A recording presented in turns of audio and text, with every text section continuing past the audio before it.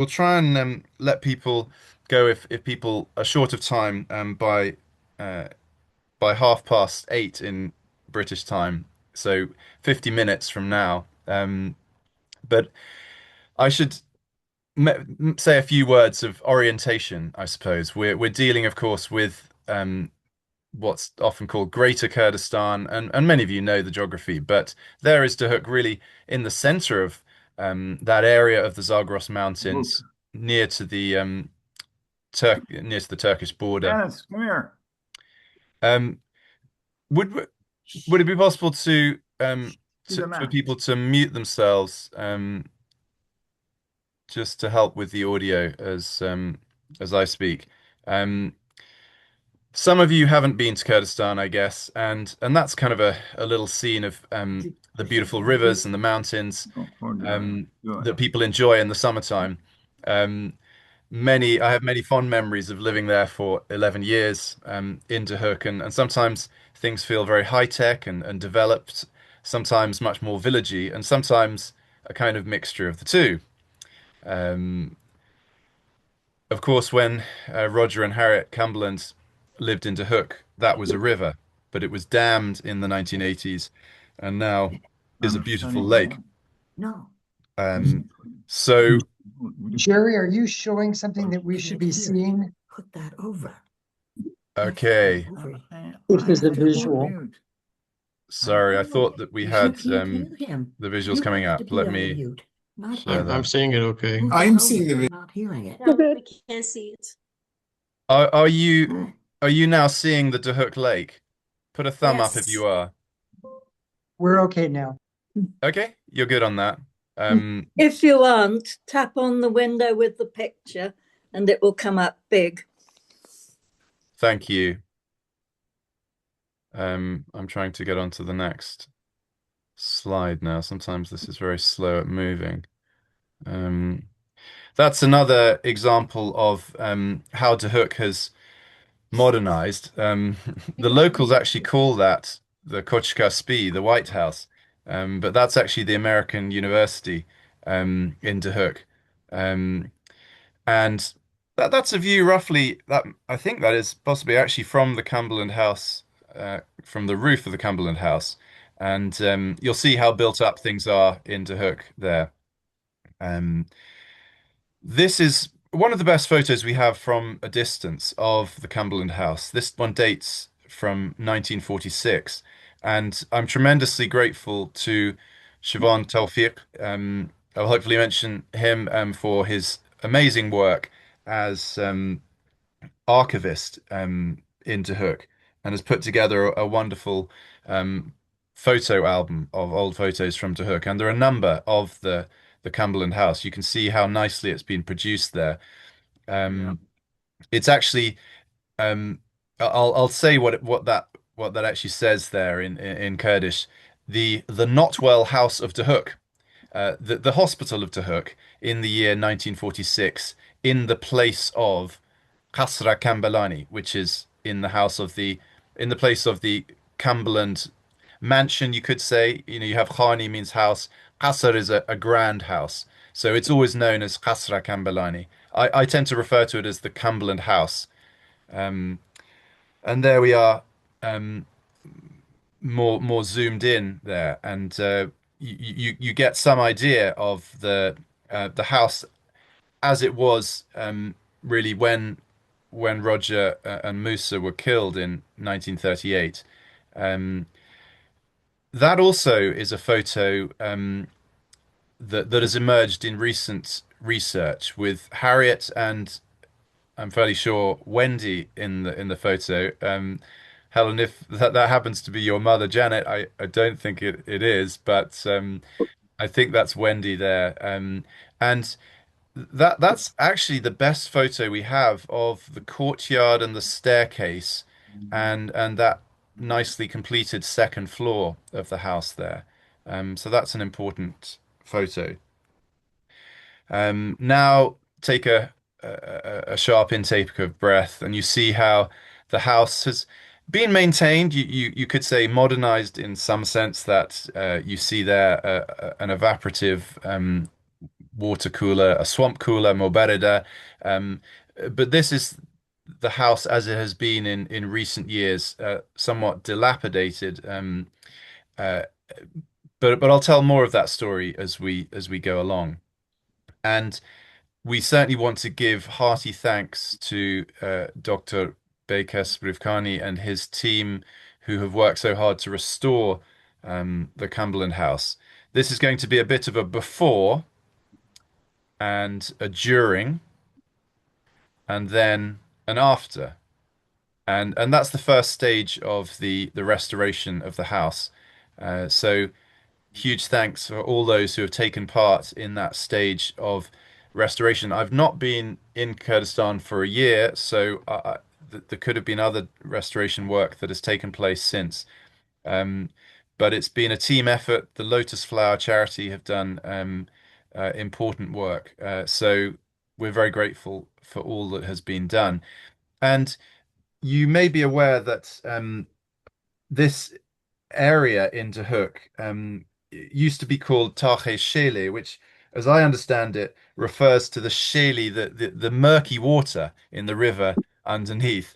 Um, and it's been renamed Tache Brayati, which means, I suppose you could say Philadelphia, and the word Philadelphia means brotherly love. So it's the quarter, the neighborhood of fraternity, of peace and friendly cooperation. So that's a very nice renaming of that area. But it's the most historic quarter of Duhok. There are Assyrian ruins and reliefs carved into the hillside. So Duhok is a very historic place. But in terms of 19th to 20th century history, we're looking at some of the oldest houses here. This is just down the lane from the Cumberland House.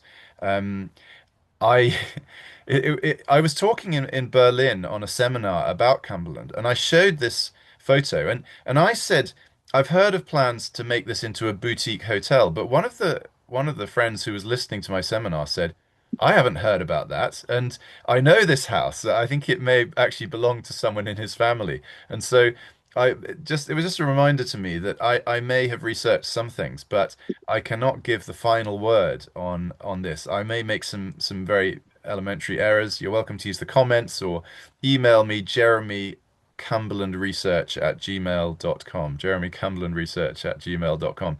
You may have insights that I don't yet have. It's a story that is continues to be researched. But you'll see how this area has that classic feel to it, and this brotherhood quarter of the town, the historic quarter, I think could very likely be the sort of place where you'd go to hear a string quartet, or people will go for wedding photographs. So it's not just about the Cumberland family, although we will say more about that, but also something for Duhok, because I mean, if you look behind that historic house, there's a classic apartment block. By no means the tallest in the city. There's another one called the Duhok Tower just near there. You could look at it on Google Maps. It's very, very built up, and some very, very tall buildings there. But this is very much a taste of Duhok as it was in the interwar years. I think it's fair to say. Now, Roger arrived in Iraq in 1923, and he made his way up to Mosul, where he stayed in the American mission house. He later lived in another house when the McDowell family moved into the first one he was in. I think this was the first one he was in. He slept upstairs. They had room for the horses downstairs. This was 1923, after all. And this was a courtyard and a very elegant house. Now, Mosul, obviously, what do you think of when I mention Mosul? Sadly, the events of 2014 and the succeeding years with ISIS taking over Mosul was a very dark period for the people of Iraq, and it was a massive fight with a lot of bloodshed that liberated Mosul from the hands of Daesh, of ISIS. And many of these classic old houses, to say nothing of the churches and the mosques, were destroyed. And it's been a massive UNESCO effort to rebuild. just look at it on YouTube. It makes very, very interesting viewing. One friend of mine from Mosul, when I asked about the house or houses that Cumberland lived in on Nineveh Street, he said, "Ah, well, most of that has been destroyed in the war against ISIS." And at this point, I think you can either be half glass empty or half glass full.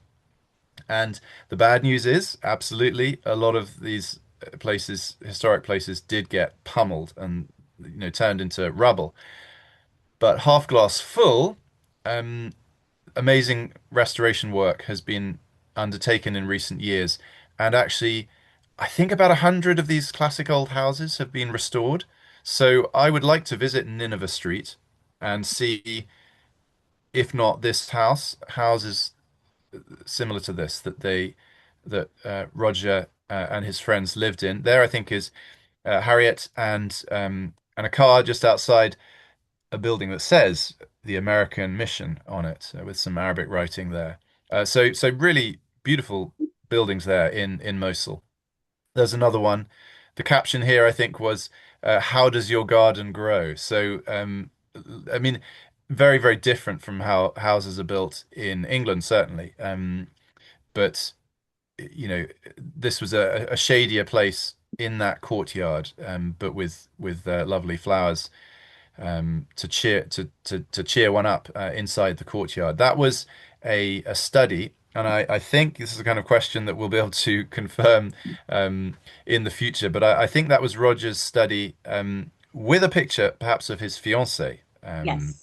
I was just going to say, everybody noticed my grandmother there on the desk. Good. This is just the kind of heckling that is much needed. Thank you, Helen. Thank you for piping up. No, I mean that in itself is just interesting. Roger described that as the sanctum sanctorum, that the Holy of Holies, a bit of a joke to just describe how this was inside the house. This is where he did his work, and this is where various papers and books were. Now, I want to talk more about the Cumberland House. I've given you a little sort of tour of the house, but there's a much bigger backstory here. And Roger was not a builder. He was the son of a citrus fruit grower. I mean, a farmer's son in one sense, in terms of the whole industry of orange trees in Southern California. He was something of an all-rounder, if I know that's a cricketing term, but capable at lots of things. And he just he was just took a great interest in the world that he experienced in Iraq. And a number of the photos in the archive do show building work going on. Now, I'm amused by the fact that this gentleman is working in the midday sun. I mean, the shadow shows the sun is right above him, and then he's getting what looks like mud. You've got mud and straw. That's for an old-fashioned roof before there was concrete. So, hats off to that guy for his hard work in the sun there. But that's the way a roof was typically built, with sort of rammed earth. You'd have a bagordon, a roller for compressing the earth on the roof, and then this might be in Sinjar. I'm not entirely sure, but these are surely baked earth. These are bricks. So Roger seems to have taken an interest in how people you know created building materials. Um, this photo was primarily of interest because there was a stalk on the roof of a mud house in Khorsabad, which itself is an interesting place. Khorsabad was the capital of uh, Sargon, the Assyrian king, who lived no doubt in greater splendor than this family that lived in this house. But that's a laklak, a stork, and they migrate, and so they're a huge excitement when storks come and they nest. Now they've cut down so many trees, they use pylons, electricity pylons, and they build their nests as you drive from Duhok to Erbil. But that's the kind of um, basic sort of Gundi village house that there was. I'm hearing a few. Let me see. Are these comments that are popping up? This is next on here is a more substantial house, and as with a lot of these things, I'm not entirely sure where this was. It could have been Baadre. Um, Others who are more experienced would be able to say what the man's dress actually reveals him to be. I'm not sure, but I show you that to show that there was considerable skill in Looks like, traditional. Sorry, sorry, is anyone going to comment briefly? he looks like Ara. Uh, sorry. Ara. Ara. He Uh, looks uh, like this uh, man looks like Ara. You know, Ara is the head of tribe the or tribe, yes, the tribal chieftain. yes. Certainly a prominent gentleman there, yes. And in future, hopefully we will get more information. I'm sure that in the Kurdosphere, as I call it, someone would be able to identify where that was. But yeah, you can see, considerable effort that's gone into the building of that structure. To my mind, it doesn't look entirely straight. It doesn't look entirely plumb, that wall on the right. But Roger actually comments on that later on. Um, Now, uh, this Roger was an outdoorsman. He loved the outdoors, loved getting out on his horse and exploring the mountains. The archives don't say where this spot was. It's possible that the people of Barbelo would be able to identify that, but there are probably quite a few spaces like that. Um, and Roger comments on this. Let me find his comments on this kind of housing.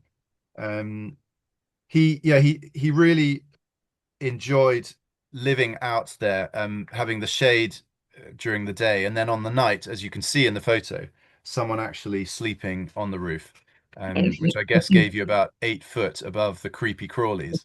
Um, so that's fascinating.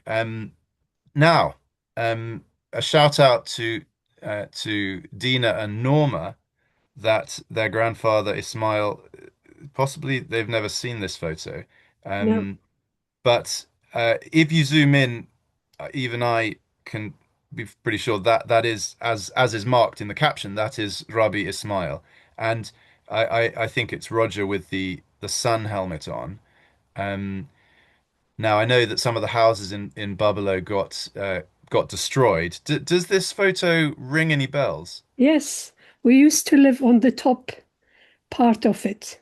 There were two bedrooms, Yeah, and downstairs there were four bedrooms.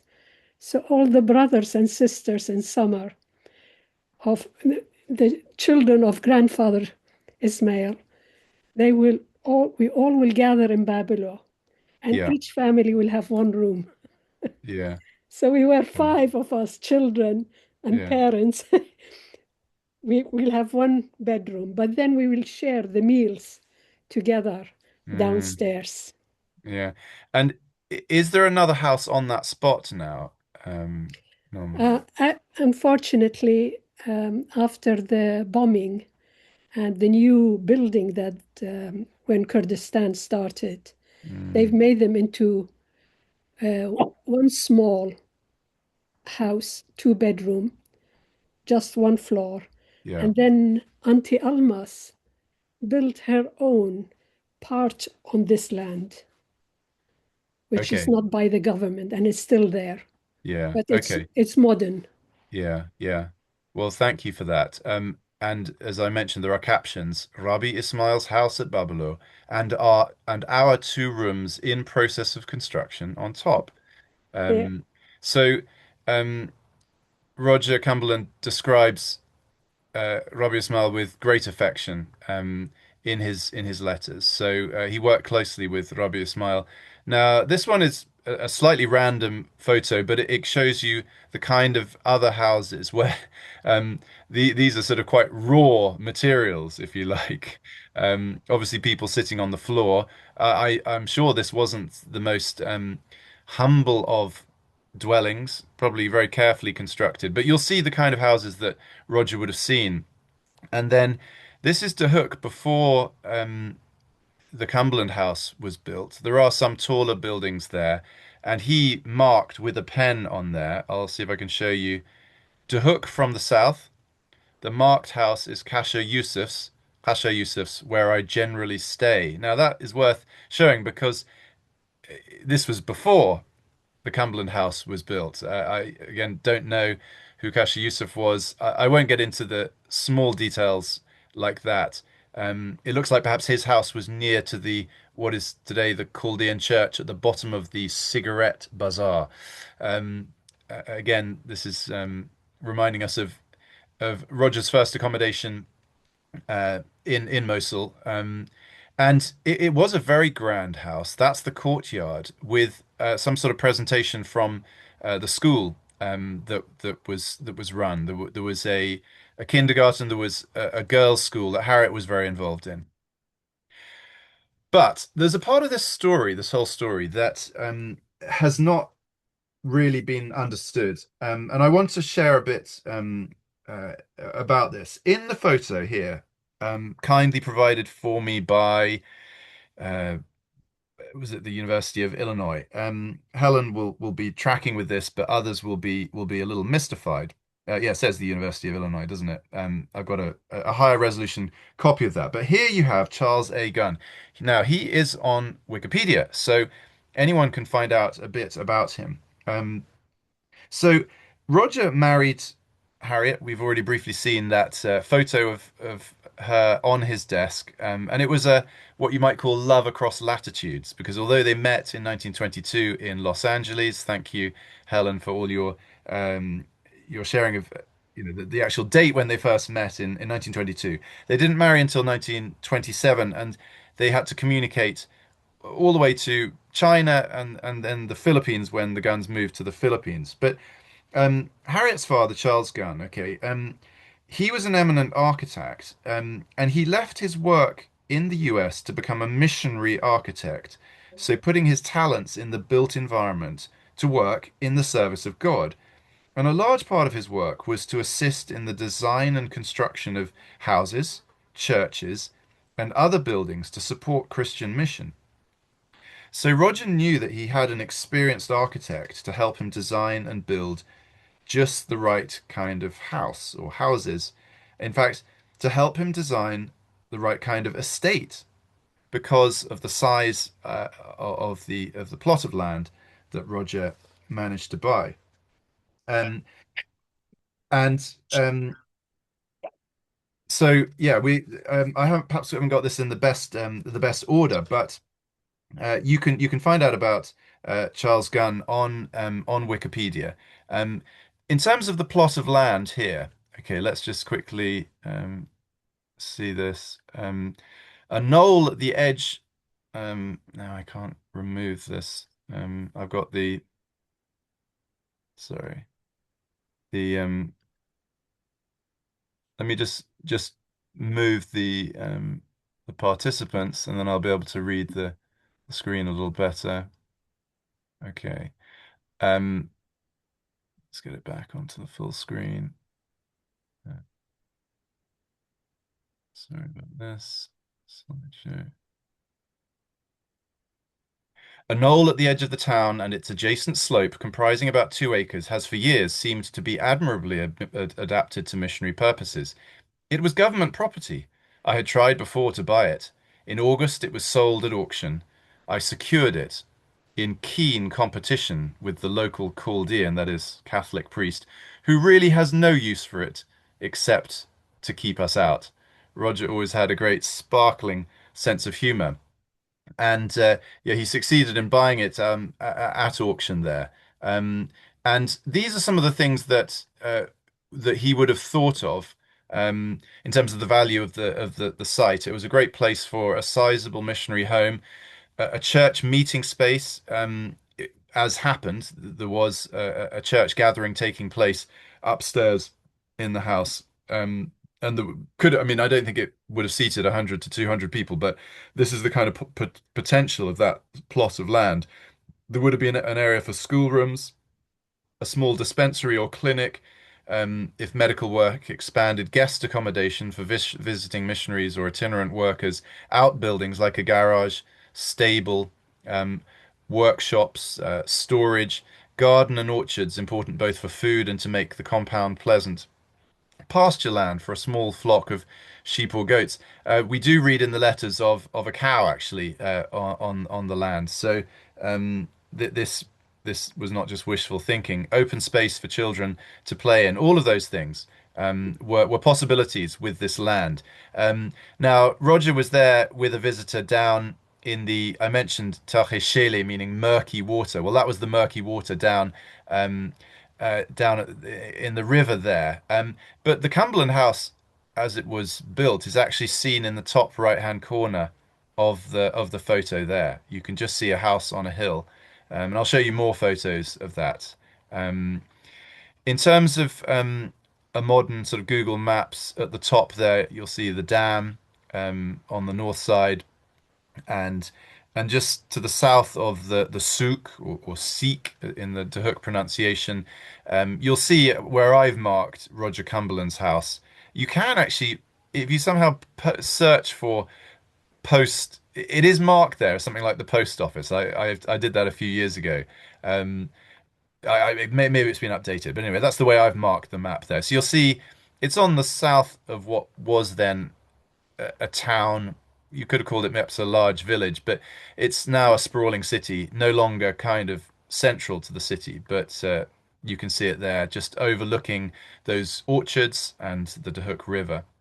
Now, going back to Charles Gunn, okay, so he studied architecture at the University of Illinois, which was one of the pioneers of architectural education in the United States.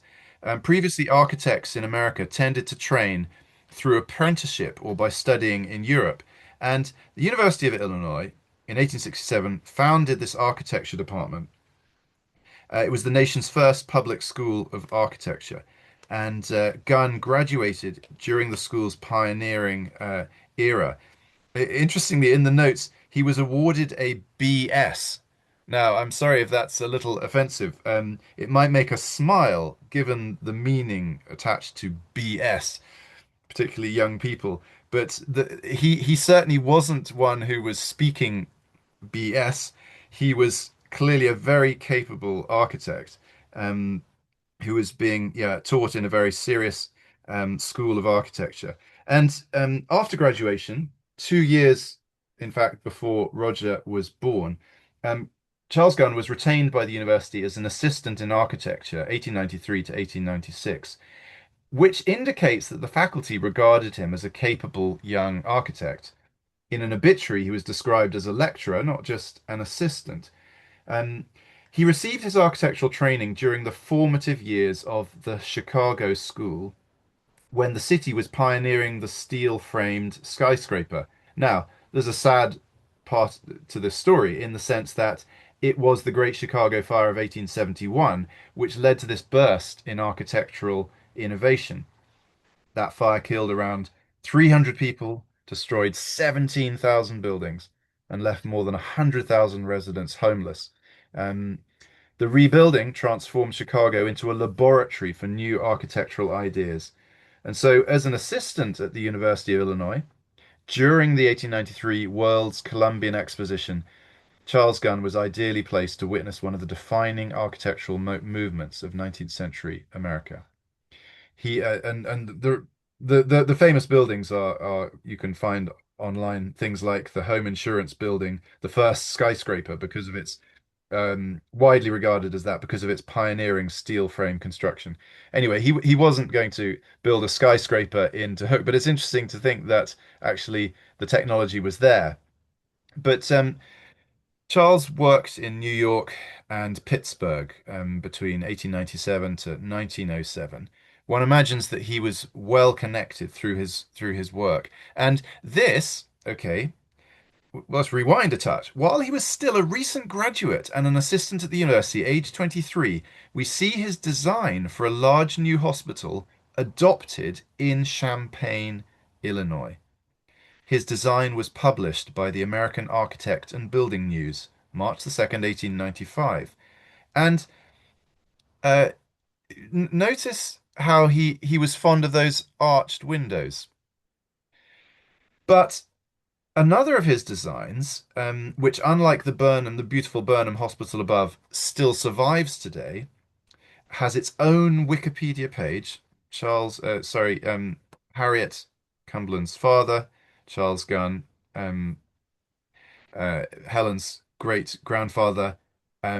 He designed the University of Illinois Astronomical Observatory, uh, designated in 1989 a National Historic Landmark. Now, this is the backstory to the Cumberland House, and we see that Roger could not do this designing, all this planning on his own steam. He was a farmer's son, very educated at a liberal arts college um, called Occidental College there in Los Angeles. But a liberal arts education doesn't give you the tools for exactly designing a house. So there are references in his letters to his consulting with Daddy Gunn, as he called his father-in-law. Um, but so this is the backstory, and I feel like it's worth talking about because if Roger had not been killed, as he was sadly in 1938 at the age of 43, we know that he had plans for further development of the site. And so he was very well placed to have this help from Charles Gunn. Uh, and Charles Gunn was also one of the architects who designed or supervised the building of the fine six-story missions building in Shanghai. This is near the financial district, the Bund of Shanghai, and just across the street from the palatial former British consulate. Now, the authorities there in China seem not to want to give credit to foreign missionaries in their mapping of the city's architecture. But even a little browsing through Google Maps, I've heard that Google is perhaps not allowed. In there are some restrictions on Google, but you can see some of this. You get some views of this majestic red brick building he helped design. So I should give you the photos there. On the right, you do see that there is that sign, China Baptist Publication Building. It was used by a number of mission organizations. The middle photo on the left, I think, shows what a grand building it was and how capable Charles Gunn clearly was. And again, the arch windows, the arches rather above the windows. Okay, so why do I bring in this photo from the living room there in the Cumberland house in Duhok? Well, those very graceful arches. Um, Now, there are other fascinating details. I was in touch with a museum for Coleman stoves, and they kindly sent me a photo of really an antique museum item, one of these gasoline stoves. Um, and there's a story there because Roger very keenly got hold of a Coleman stove, I think bigger than that one, but I'm not entirely sure which model it was. And he brought it up on a very rattly kind of journey in the car. And by the time it got to Duhok, it was broken in about 20 pieces. He had to seal it up, to sort of tape it up somehow, to keep it functional at a basic level. But they were bringing in innovations like this to the house. I think that was the last car they owned in Iraq was a Ford like that. But now, this was Roger's preferred method of transportation. I think that's his friend Edwin uh, Wright, or no, that's probably James Willoughby. Anyway, the horse I think is Sultan, and that will be the River Tigris. So Roger writes often about his horse Sultan, who he absolutely loved riding. There you see Roger on on the horse there, and a gentleman called Piro, a guide from Babylon or that area. He had the Assyrian friends, Rabbi Ismail and others who settled in the village of Babylon, and that's a whole nother story. The way that Roger bought the village of Babylon. Um, he kind of bought the land off Kurdish people from the Mazuri tribe. And so this guy, Piro, I don't know whether he was one of the Assyrians or, or a Kurd from the area. Um, so going back to the Cumberland house, it's saddening to see the way in which the house was not maintained, and you see the very fine mantelpiece on the fireplace there. But there's a happier note that I can strike with this, with a shout out to Dr. Bekas and his team for all the restoration work done. And I've seen the TV clip, which in which um, the those who know about the local architecture have particularly praised this fireplace. It really was remarkably well built. Um, in Duhok, if you don't know the climate, the summers are very hot. You know, you will get 45-degree heat.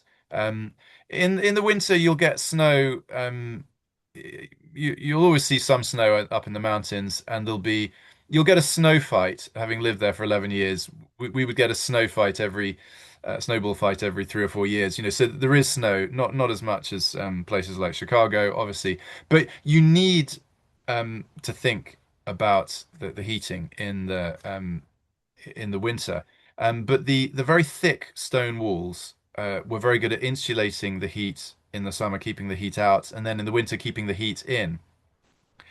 This, although I'm not 100% sure this was the sort of back of the Cumberland house, I'm fairly sure it is. And Roger bought a spring a mile from the house because he didn't want that shaly water, or having to bring water on the back of a donkey from a spring a long way away. So he bought the spring and he piped water in. People said, "Oh, you'll never get the water flowing upstream." Well, it did, and there was enough for a quarter of the town, including the main mosque in the center of the town. So that's a big part of the Cumberland story, for which he's very much remembered by the people of Duhok. But that's a very touching photo there. And then very thankful to Robbie Ismail's family for providing me with this photo. They were great animal lovers, and their letters talk about two dogs who died and then a puppy that they were rearing in the later years they were there. And so, yeah, that's a typical. There are a lot of photos of Roger with Roger and Harriet with their dog. And these are now some photos from the Duhok photo album. Again, thanks very much to Siobhan Taufik for assembling these photos. This is from the Tahe Karacha, which, the Karacha, the sort of travelers, could say the gypsies, if that's not an unpleasant term, but Tahe Karacha. And yeah, so you see what kind of those more humble houses that's on the. I mean, it's still fairly central to Hook on the would it be the east side of the city, I think, as you come in from the road from the Erbil side. Um, but it looks kind of like a village there, just on the edge of Duhok, I suppose. Now I shared this one amongst many of the photos because you see how people lived in the summer. They would sleep on the roofs there. Presumably, they would wrap some sort of sheet around the side of the bed to give them some privacy. But yeah, I've slept on a roof before. In the days before, um, you know, electric cooling systems. It's really the only way to get a decent night's sleep is to sleep on the roof. Um, this is I shared this one because this is a view from afar, and the Cumberland House is in the top right of the photo. Um, the trees that you can see that's evidence of the orchards with the winding river there, and so you can see the Cumberland House there. And that article, if you haven't seen it on the Kurdistan Chronicle, entitles the House on the Hill, which it's not so evident now when you go to the area. It doesn't feel like a sort of lone hill, but you can see how it was very much on the edge, on the south side of the town. And this is a view from of Qasra Cumberlani, the Cumberland House, near to the yeah, Qasab Khana. Okay, well, it talks about the old butchers in 1960. So the house was still doing okay, it seems, 22 years after Roger's killing. Another view here, 1946. Um, yeah, it's being referred to by then as the hospital of Duhok. Um, the information I have was that the house lay vacant for 2 or 3 years. I'm very grateful to William, Robbie Ismail's son, who is still alive. I had the pleasure of meeting him in Canada last year, but he actually, I asked him, and he was able to give the information that the instructions were that the house is not to be lived in, but is to be for a school or a medical clinic of some sort. So I've heard that for 2 or 3 years it was sort of locked up and not used, but fairly shortly after 1938, it was opened as I myself may have referred to it as a hospital. I'd say a healthcare clinic, something like that, might be a better term for it. It is now a rather dusty kind of bureau for the post office. Now that was because more modern facilities, custom-built facilities were built. There was the Khasta Khana Jumhuri, the I guess the what you say Republican hospital. In the day after the monarchy, it was natural for them to call it something like the Republican Hospital. There were other hospitals similar to that around Iraq. So that yeah, became the main hospitals. So people from the 60s and 70s don't seem to have memories of the Cumberland House as a clinic, but I'm still very much looking for information on this. When did it close, or did it gradually close for the medical work? And then it was taken over by the Postal Bureau. Now, I do find something a bit amusing, ironic about that, is that Roger in his letters complains that his post was getting opened by snoopy people who wanted to keep an eye on what he was doing. So he was frustrated that he couldn't send mail out. But then after his death and the house is used by the government, by which department? The postal service. So it's still, and they're very friendly there. I would like to. I've very much appreciated the way that they've shown me around when I visited. This photo is 1944, and another photo 1948. Yeah, just sort of you see quite clearly the two stories there, marking it out as really quite a substantial house. This is another view, 1957 it says here. And I'd love to do more. I mean, I'd love to get some sort of software, perhaps using AI, to draw together the different photos and to try and create a kind of a picture of what it was like. Because obviously you can't see everything in one photo, but if you could collage the photos and use some software, it might be possible to put things together better. Now, that's actually my son getting a tennis lesson in Duhok. Now that's not to do with the Cumberland House itself, but Roger writes in his letters of the success, the progress he felt he was making with the spring water being brought in, which was so appreciated by the people of the town. But also he talks about building a tennis court with the Duhok Tennis Club, with the governor. He and the governor were the main proponents of this. And interestingly, the kind folks at the tennis club that now has some very, very good players, who've won awards and so on, compete internationally. And so these beautiful tennis courts overlooking the valley of Duhok are amazing. They're right by the Duhok football ground, the soccer stadium. But Roger had his hand in the origins of tennis in Duhok, and so far no one's been able to say where exactly he built that tennis court. They do seem to have played badminton on site at the Cumberland House. Obviously, it's much easier to set up badminton than it is to lay a flat tennis court. So we're not quite sure where that took place. But there are. I said that I should be finishing within 5 minutes. So I want to just give you a little bit more information from the Cumberland letters. And we're incredibly grateful for all that the Cumberland family have done to type up old letters, to make them available for researchers.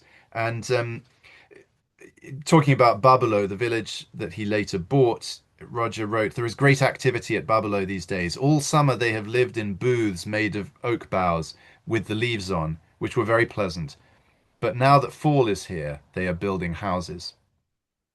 And then uh, Roger writes, about he's feeling quite comfortable here, but it's pretty bad down on the plain. Forgot to tell you about my summer palace. It is about 9 feet square and 7 high, built of oak boughs with the leaves on. Total cost $3.50. The best thing out, like sitting in the shade of a tree by day and a perfect bed on top at night. Try it. So he comes across as like this excited schoolboy, just enjoying a scout's activity out in the mountains. And the mountains of California were very like the mountains they still are, like the mountains of Kurdistan. So Roger felt very at home up in the mountains. Um, he adapted his living situation as he made plans for married life. Um, and he noted how houses were built. And when he um, yeah, when he was talking about the Assyrian friends using the autumn season to build houses in Babylon, the method is most simple, he wrote. Get a pile of stones together, mix up some mud where the floor is to be, and build a wall without line or plumb, up a little higher than one's head. Why the wall stands is more than I know, but it does. I have not yet witnessed the making of a roof. We'll report on that later. Um, and he visited Said Agha of Kelly, near Zaho, and he talked about the big reception hall with a huge open fire at one end. So, he was noting these things and came to build a fire in the Cumberland house. Um, Perhaps it's worth noting Roger's comments on a less than health and safety executive compliant fireplace um, in the Bavian area near the famous Assyrian rock face reliefs. At the village of Khanis, his archaeologist friend had an introduction to a genuine Kurdish fireplace. It is in the middle of the earthen floor. The fuel is green wood. The smoke is like, well, thick enough to cut. It teaches humility. If you keep your head down, you may survive. Roger was a very witty man. We were also afraid of the inhabitants, not the ones that can be warded off with a revolver. I think he was talking about snakes and scorpions there. We were afraid of the inhabitants.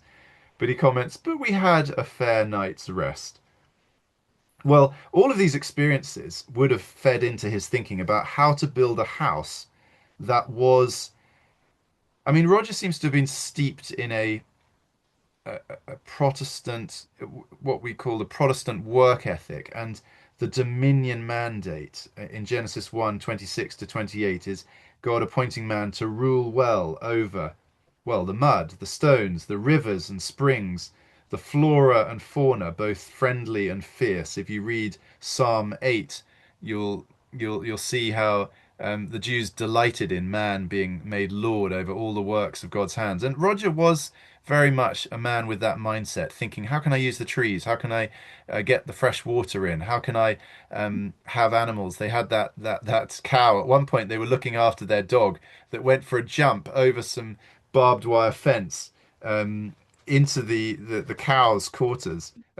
Tawny the pup, who ripped his leg open, jumping the barbed wire fence into the cow lot.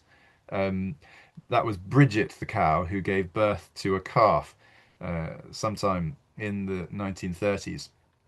And then there's some really kind of sad notes, like in 1933. He says, last week I got busy with some grading the ground in preparation for the landscaping plans that Daddy Gunn made while they were here.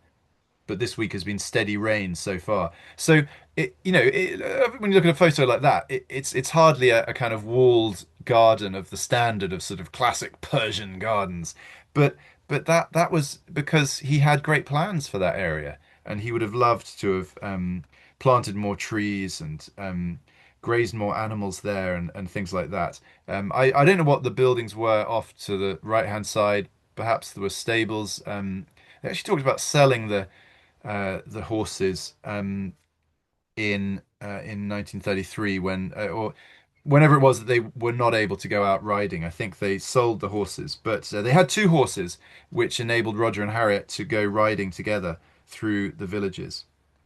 There is note of other things in the house, like an Electrolux refrigerator, but not electric. It was a kerosene burning Electrolux refrigerator. and a concrete floor. In his writings, he says, "I'm hoping for detailed instructions about the acid process of making the surface, and everlastingly grateful for all the help."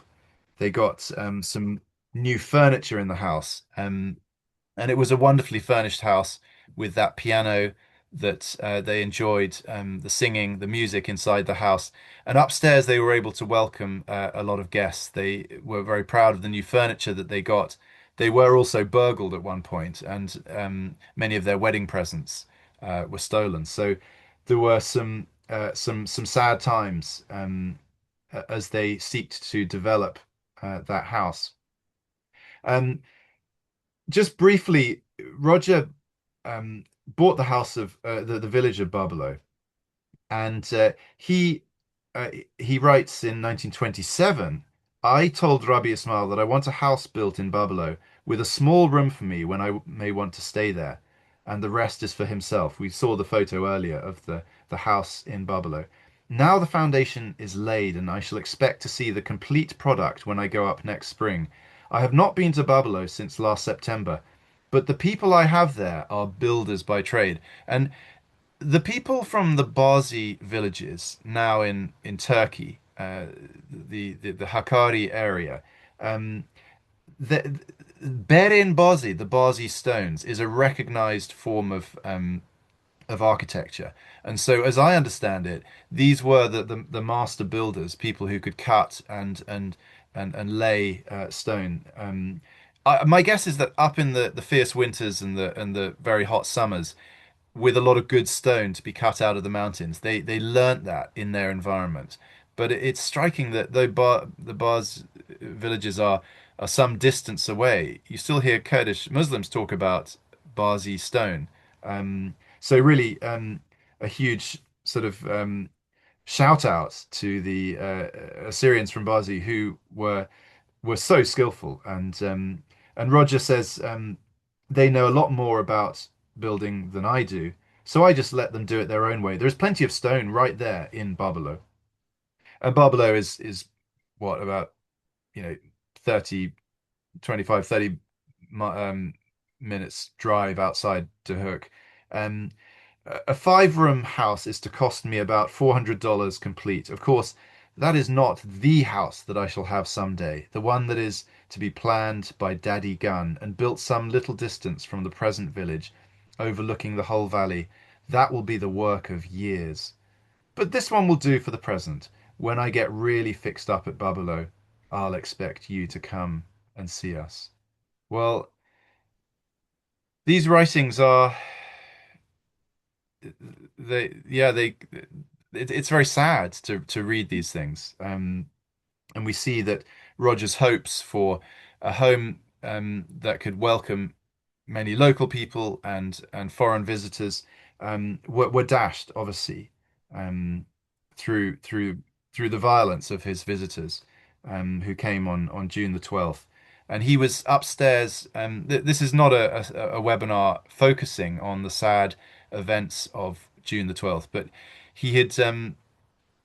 I should say to anyone who has to go, please do feel no shame in exiting. There is a little more that I'd like to say, um, but I'd like to maybe sort of bookend the session by giving heartfelt thanks to the Cumberland family.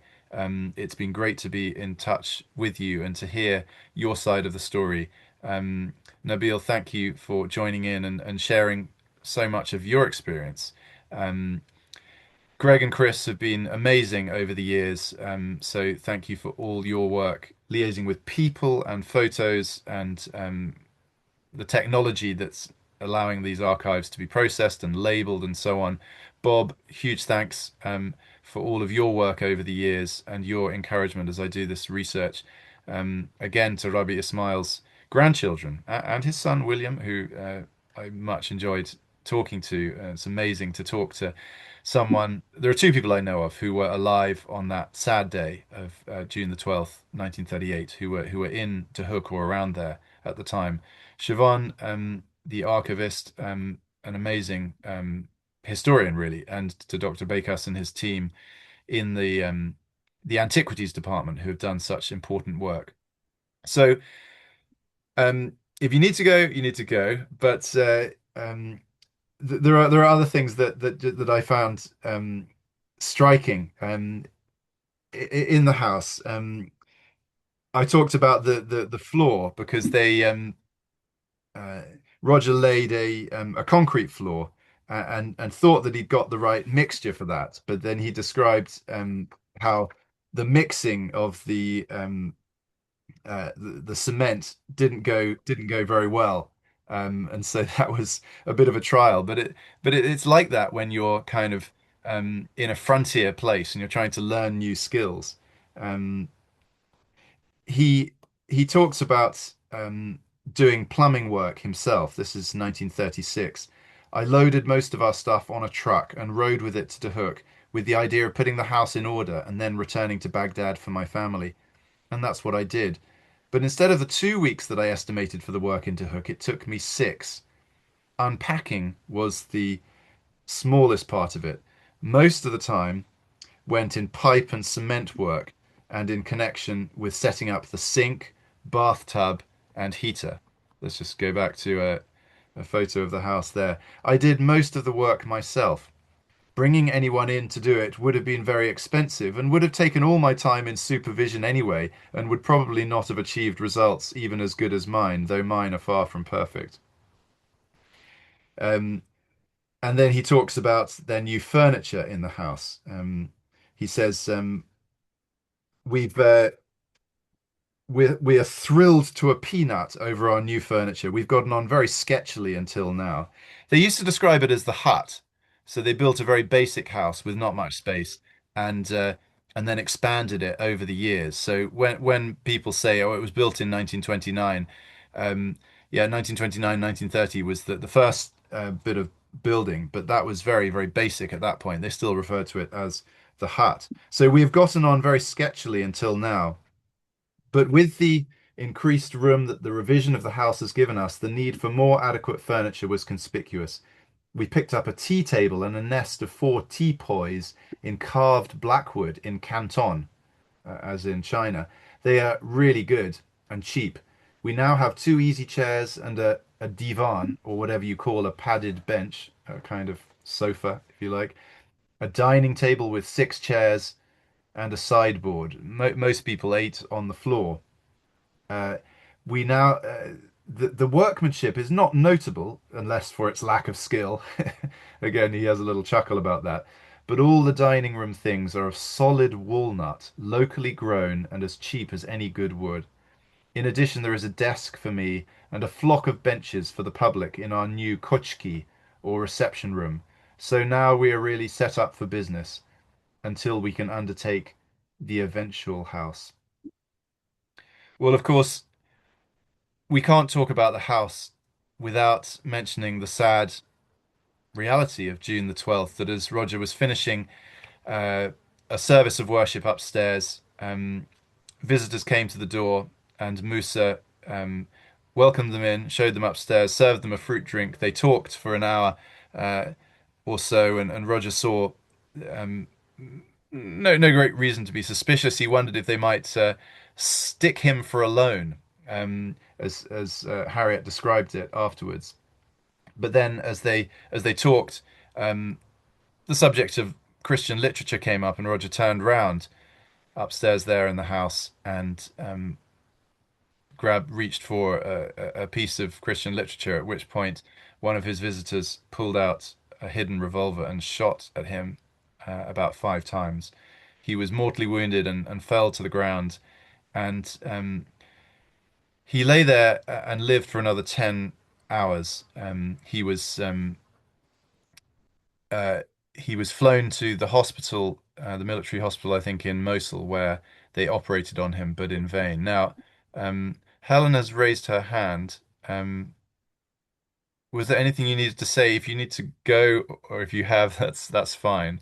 Um, I was just going to um, finish the story because um, Harriet sat down on June the 15th and wrote up in a great deal of detail the events of June the 12th. And that must have been a very, very difficult thing for her to do but those who love the story of the Cumberlands are tremendously grateful to her for her sterling spirit in actually writing up what happened, because that is the most important source we have for the events of that day. So Roger was flown to the hospital. Meanwhile, the gunman had run down the stairs and shot at Musa, the assistant, the much loved guard and helper who lived on site with his wife and son and two daughters. And Musa was shot, and at first it was thought that the wound wasn't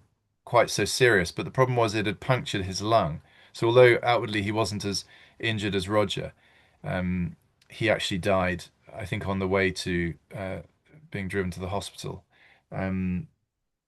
So Roger was buried the next day by, desperately grieving, well, not desperately grieving, but very, very shocked and grieving friends in a cemetery in Mosul. And so Roger obviously is remembered as supervising the building of Qasr Kambelani, one of the oldest houses in Duhok.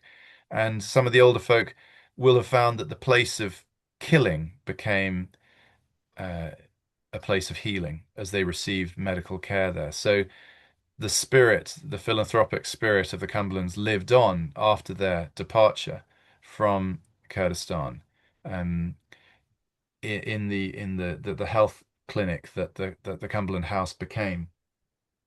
And I think what I find as someone researching the story of Cumberland, and there's so many avenues to pursue. I'm trying to write up the story in draft form and then get people's feedback on it. But it's a bigger project than I thought. But what I've come to conclude is that Roger obviously hoped that the house would be an example of using technology and good building materials. Those thick walls, made so much sense. And so I don't think he was trying to build a palace for his own luxury. He genuinely wanted to show people how you could be hygienic in getting fresh water piped into the town. So, he really showed people a healthier, a better way to live. And he gathered people for Christian worship upstairs in the house there. But ultimately, although the memorial to the Cumberlands remains there in Duhok, and huge appreciation for those who've resisted any attempts to kind of bulldoze the place, because there is obviously opposition to the Christian mission that the Cumberlands undertook in Kurdistan with the help of their Assyrian Protestant friends. There has been opposition over the years to that, and that continues. But it's great to see many in the city think, look, this is a part of our story. This is, and as these photos start to go out, people will see this is really a precious, precious insight into the interwar years as Duhok was moving from a village into a town. In 1969, it became a governorate. It was previously just part of the vilayet of the Liwa of Mosul. So a little sort of market town, really. But now it's a sprawling city and one of those governorates in the Kurdistan region of Iraq. But in many ways, Rogers, he built in bricks and mortar, in mortar and stone, but his greatest legacy is in his courage, in bringing the good news of Jesus to the people of Duhok, and refusing to leave when he was under house arrest and when there were rumors of a plot to kill him. He resolved to stay and to continue to serve the people of Duhok. And that to me is an even greater legacy than his amazing work in building this house that held so much promise for the future. So, Greg, would you be able to just close our time in prayer? And then if people want to stay around and ask questions or make comments, that would be much appreciated. Greg, Sure, are I'd you? be sure glad to. Jerry, also want to just thank you very much for doing this and what you've done before. Hats off.